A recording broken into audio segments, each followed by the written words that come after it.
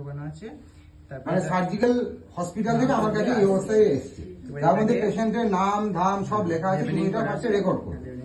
এবার এটাকে নিয়ে এটাকে ছোট্ট পিস কাটতে হবে, এটাকে কেটে এটা কি বলে, এটার নাম হচ্ছে ক্যাসেট। ক্যাসেটে নিয়ে প্রথমে এটাতে জল বাদ দিতে হবে, সেজন্য অ্যালকোহল 70% অ্যালকোহল 1 ঘন্টা করে, তারপরে 80% 1 ঘন্টা, 90% 100% 1 ঘন্টা করে দেওয়ার পরে তারপরে অ্যালকোহল ঢুকলো, জল বেড়ে গেল, তারপরে পদ্ধতির নাম হচ্ছে ডিহাইড্রেশন। এবার ডিহাইড্রেশন, এবার তারপরে অ্যালকোহলকেও বাদ দেবো, সেই জন্য জাইলিনের নাম হচ্ছে ক্লিয়ারিং।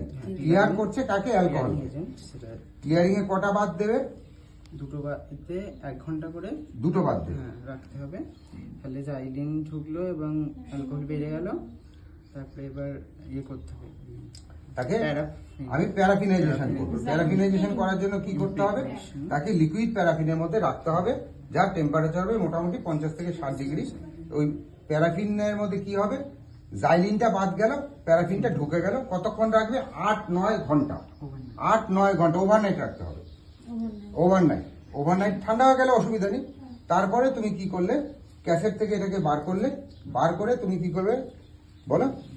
এল মোল্ডের মধ্যে লিকুইড প্যারাফিনের মধ্যে এই টিস্যুটাকে দিতে হবে। মানে এটা কিন্তু প্যারাফিন, এটা লিকুইড প্যারাফিন আগেরটা ছিল ইমপ্রেগনেশনে, এটা লিকুইড প্যারাফিন নয়, এটা অ্যাকচুয়াল প্যারাফিন দিচ্ছ, প্যারাফিন ওয়াক্স, মোমবাতির মোমটা দিচ্ছ। ওই মোমটা প্রথম গলানো মোমটা দেবে, দিয়ে তারপরে তার মধ্যে তুমি টিস্যু দেবে, টিস্যু দিয়ে আবার বাকিটা এল মোল্ডের বাকিটা তুমি পূর্ণ করে দিলে, করে দিয়ে এটা 1-1.5 ঘন্টা পরে এটা শক্ত হয়ে যাবে। হ্যাঁ, তারপরে একটু বাড়ি দিলে পরে এল মোল্ড দুটো খুলে আসবে। এল মোল্ডটাকে খুলে নিলে খালি মোমের ব্লকটা থাকলো। মোমের ব্লকটাকে তুমি কি করবে? এবারে এটাকে তোমাকে মাইক্রোটোমে কাটতে হবে। কাটার আগে মোমের জায়গাটুকু প্রথমে বাদ দিয়ে দেবে, দিয়ে তোমাকে যেটা মাংসের পার্ট আছে ওই পার্টটাকে সামনে নেবে, নিয়ে এবার তুমি কি করবে? ছোট ছোট সেকশন করবে। সেকশন গুলো কোথায় আসবে? ওয়াটার বাথে আসবে। ওয়াটার বাথে আসবার পর কি করবে? এটাকে তুমি যে একটা স্লাইড নেবে, তার মধ্যে এগ অ্যালবুমিন নেবে, যেটা ভালো হবে সেটাকে তুমি স্লাইডের মধ্যে তুলবে। এগ অ্যালবুমিন লাগলে আপনি আঠা আছে ও লেগে যাবে। লেগে যাওয়ার পরে তুমি কি করবে? এটাকে ওয়ার্ম করবে। কোথায়? ইনকিউবেটর বা হট এয়ার ওভেনে করলে মোমটাও গলে যাবে, আর যে টিস্যু সেকশনটা তুললে ওইটা পুরো ফিক্স হয়ে গেল। এবার তোমাকে কি করতে হবে? যেহেতু তোমাকে স্টেন করতে হবে, তাহলে এটার থেকে আমরা কি করব? এটাকে আমি আবার এটা থেকে মোম থাকলে তো স্টেন হবে না, তাহলে আমি কি করবো? মোমটাকে বাদ দেবো। আমি কি করবো? তারপরে জাইলিনে দিয়ে আমি মোম ওঠালাম, তারপর মানে আমাকে কি করতে হবে? হাইড্রেশন পদ্ধতি করলাম। 70 থেকে আবার 100-এ